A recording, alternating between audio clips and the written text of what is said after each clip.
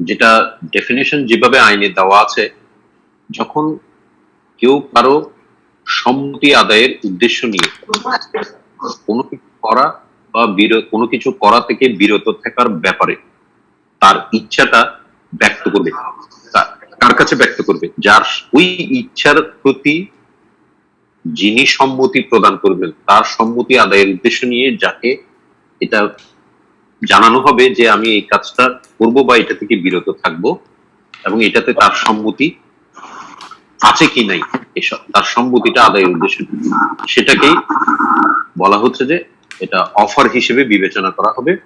এবং আমরা গতদিন যেটা পেয়েছি যে এই অফার যখন অ্যাকসেপ্ট হয়ে যাবে, সে অ্যাকসেপ্ট হয়ে যাওয়ার সাথে সাথে যিনি অফার দিয়েছিলেন, অ্যাকসেপ্ট হওয়ার আগ মুহূর্ত পর্যন্ত তিনি ছিলেন অফারার বা প্রস্তাব দানকারী। অফার অ্যাকসেপ্ট হয়ে যাওয়ার সাথে সাথে এখন তিনি হয়ে যাবেন প্রমিজার, অর্থাৎ তিনি যে অফারটা দিয়েছিলেন, যাকে দিয়েছিলেন, তিনি যেই মাত্র সম্মতি দিয়ে দিয়েছেন বা অ্যাকসেপ্ট করে নিয়েছেন, এখন এই অফারটা তার জন্য প্রমিসে কনভার্ট হয়ে যাবে। অর্থাৎ যে কাজটা করার যে ইচ্ছাটা তিনি ব্যক্ত করেছেন, সেই ইচ্ছাটা তাকে এখন প্রতিপালন করতে হবে। তিনি প্রতিজ্ঞাবদ্ধ হয়ে গেছেন এটা অ্যাকসেপ্ট হয়ে যাওয়ার সাথে সাথে। আর যাকে অফারটা দেওয়া হয়েছিল অ্যাকসেপ্টেন্সের আগ পর্যন্ত তিনি ছিলেন অফারই, প্রস্তাব গ্রহণকারী। আর যেই মাত্র তিনি সেটা অ্যাকসেপ্ট করে ফেলেছেন, এখন তিনি হয়ে গেছেন সেটা প্রতিজ্ঞা গ্রহণকারী বা প্রমিজি। অফারার হয়ে গেছেন প্রমিসার, আর যিনি অফারই ছিলেন তিনি হয়ে গেছেন প্রমিজি। আচ্ছা, এখন যে জিনিসটা আমাদের এখানে দেখার আছে বা জানার আছে সেটা হচ্ছে এই যে বলা হচ্ছে সম্মতি আদায়ের উদ্দেশ্য নিয়ে ইচ্ছা কোনো কিছু করা বা কোনো কিছু করা থেকে বিরত থাকার ইচ্ছাটা প্রকাশ করা হবে, অর্থাৎ অফারটা যে দেওয়া হবে, এই অফারটা যাকে দেওয়া হবে, যার সম্মতি আদায়ের উদ্দেশ্য নিয়ে এটা ইচ্ছাটা ব্যক্ত করা হবে, তার কাছে এটা কিভাবে পৌঁছতে হবে। কারণ তার কাছে যদি এটা না পৌঁছে তাহলে তো তার সম্মতি পাওয়া না পাওয়ার আর কোনো প্রশ্নই আসে না। এটা অফার দেওয়া না দেওয়া একই কথা। তাহলে বিষয়টা হচ্ছে কমিউনিকেট করা বা অফার সম্পর্কে অবগত করা। এই বিষয়টা আমরা ধারাবাহিকভাবে আলোচনা করব। তো আপনারা সেকশন 3 বা 3 নম্বর ধারায় যখন যাবেন, সেখানে যে বিষয়টা বলা হচ্ছে যে যখন যিনি প্রস্তাব দিয়েছেন বা অফার দিচ্ছেন, তিনি তার এই অফারটা যাকে দিচ্ছেন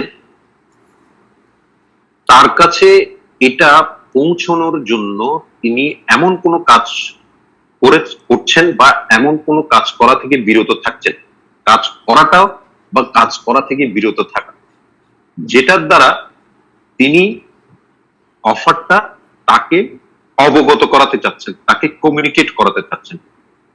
তো বলা হচ্ছে যে ওই যে কাজটা দ্বারা বা যে কাজটা থেকে বিরত থাকার দ্বারা তিনি তার এই অফারটা বা যে কাজটা করার জন্য তিনি ইচ্ছা প্রকাশ করছেন, যার কাছে ইচ্ছাটা প্রকাশ করছেন, ওই তার ইচ্ছার প্রতি তার সম্মতি আছে কিনা সেটা জানার জন্য, এই ইচ্ছাটা তার কাছে পৌঁছানোর জন্য তিনি এমন কোনো কাজ করছেন বা এমন কোনো কাজ করা থেকে বিরত থাকছেন, যেটার দ্বারা বলা হচ্ছে যে এই অফারটা তার কাছে পৌঁছে গেছে বা কমিউনিকেট হয়ে গেছে বলে ধরে নেওয়া হবে। 3 নম্বর ধারাতে আরো দুটো বিষয় আছে, সেই বিষয়গুলো আমরা ধারাবাহিকভাবে যখন আলোচনা করব তখন রিলেভেন্টলি আবার ওইটাতে আসবো।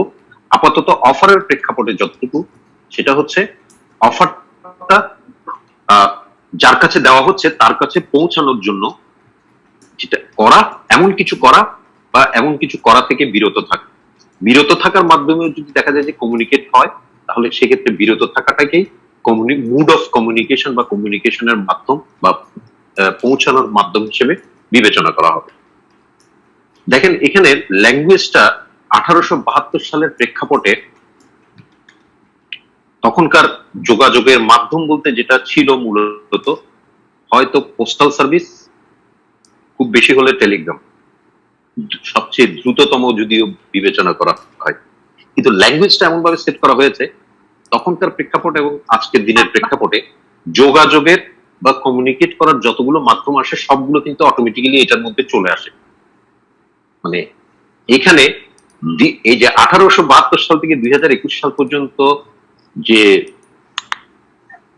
মানে যুগের পরিবর্তনের সাথে সাথে যে যোগাযোগের ধরন, মাধ্যম, এগুলো যে পরিবর্তন হয়েছে সময়ের প্রেক্ষাপটে দ্রুত থেকে দ্রুততর হয়েছে।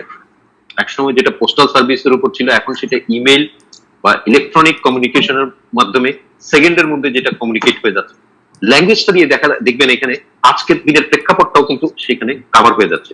এখানে কিন্তু স্পেসিফিক কোনো বলে দেওয়া হচ্ছে না যে কমিউনিকেশনটা পোস্টাল ওয়েতে হতে হবে, পোস্টাল কমিউনিকেশনের মাধ্যমে হতে হবে, টেলিগ্রামের মাধ্যমে করতে হবে, বা এই মাধ্যমে করতে হবে, ওই মাধ্যমে করতে হবে, ওইভাবে কিন্তু বলা হচ্ছে না। জাস্ট একেবারে ক্লিয়ার সিম্পল ল্যাঙ্গুয়েজে যেটা বলা হচ্ছে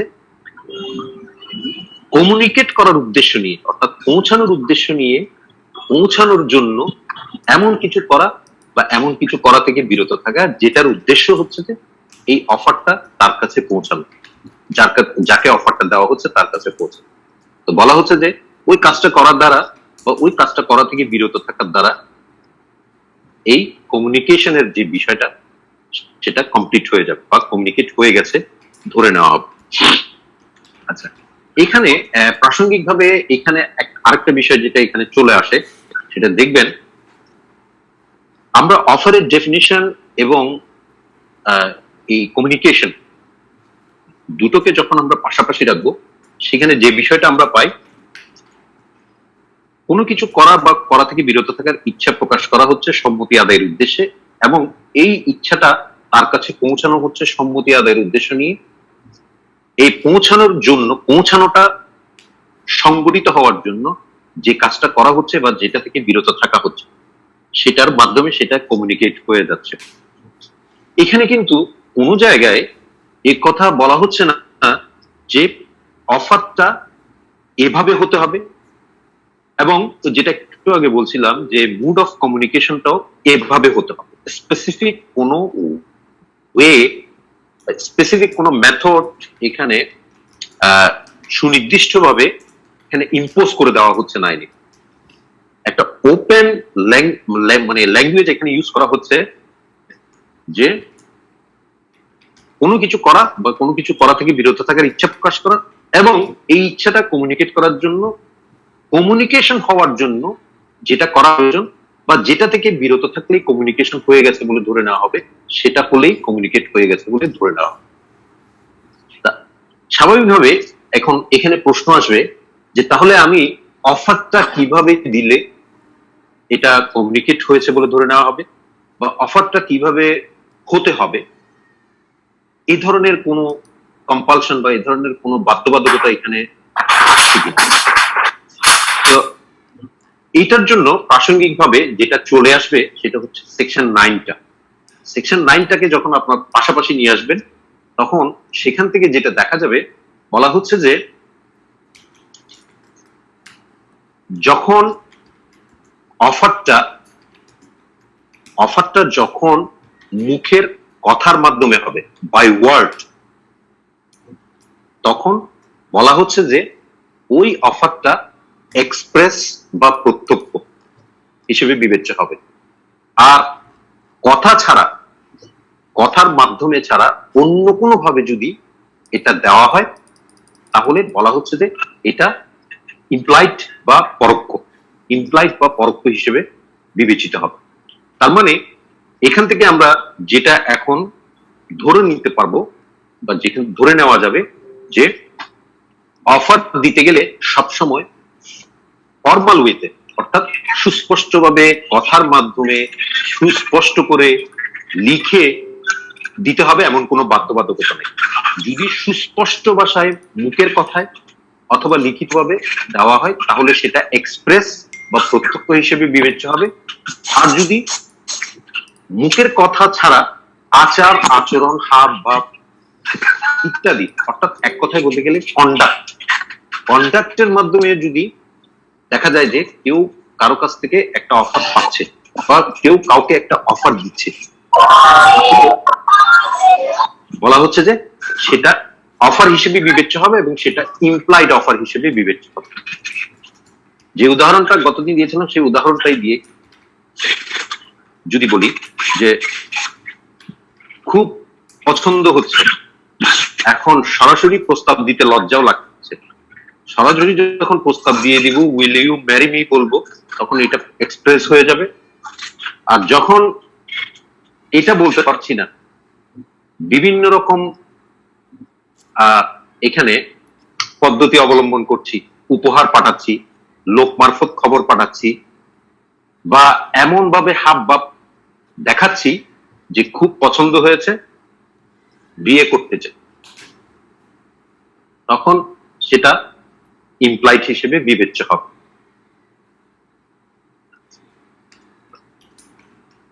এখানে নেক্সট যেটাতে বলা হচ্ছে যে এখন আমি তো কমিউনিকেট করব, যার সম্মতি আদায়ের উদ্দেশ্য নিয়ে কমিউনিকেট করব, এটা বলা হচ্ছে যে তার কাছে পৌঁছানোর জন্য এমন কিছু কাজ করা যে কাজটা করলে কমিউনিকেট হবে, যে আর বা যেটা থেকে বিরত থাকলে এটা কমিউনিকেট হয়েছে বলে ধরে নেওয়া হবে, সেটা থেকে বিরত থাকলে আমার দায়িত্ব শেষ, মানে কমিউনিকেট করার যে পদক্ষেপটা নেওয়ার দরকার ছিল অফারার হিসেবে সেটা শেষ। এখন প্রশ্নটা আসবে যে এই কমিউনিকেশনটা কখন বা কিভাবে কমপ্লিট হয়েছে, অর্থাৎ কমিউনিকেট হয়ে গেছে বলে ধরে নেওয়া।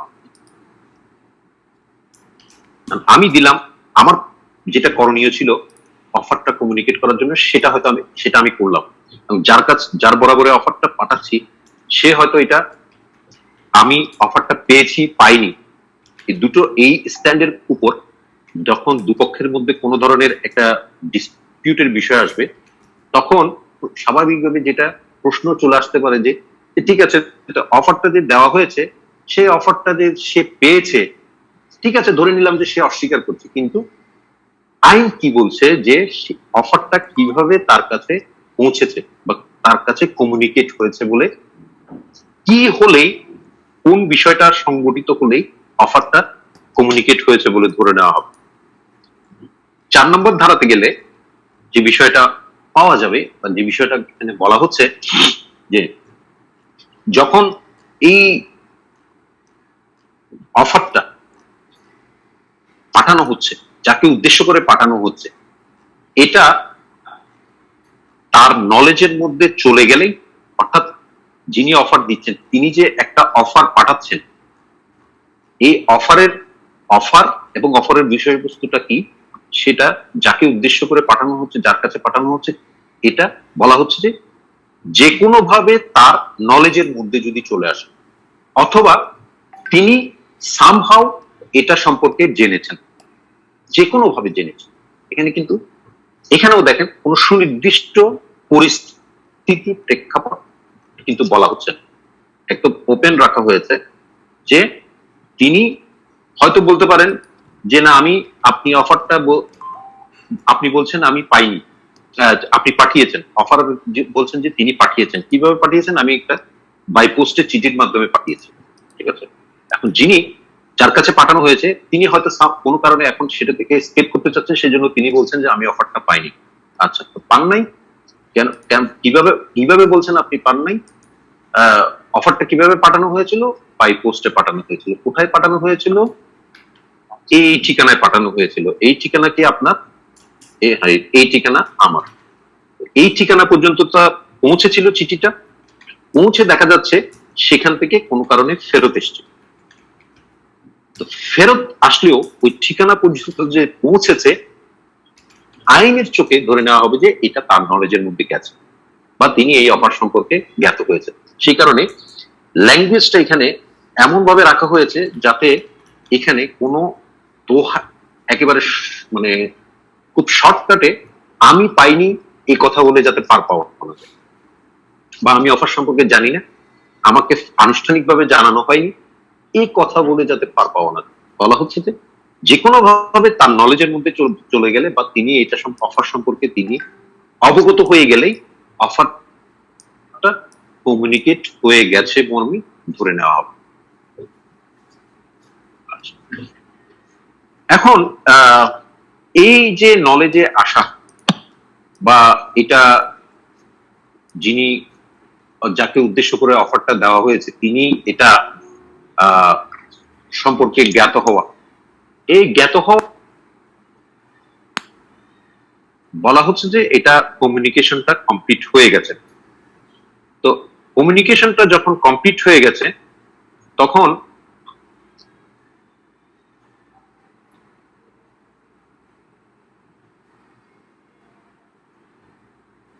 এখন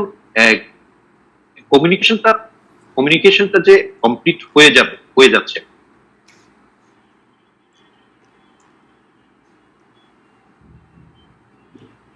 কমিউনিকেশনটা কমপ্লিট হয়ে যাওয়ার ক্ষেত্রে বলা হচ্ছে যে এই আরেকটা বিষয় এখানে যোগ করে দেওয়া হচ্ছে, সেটাতে বলা হচ্ছে যখনই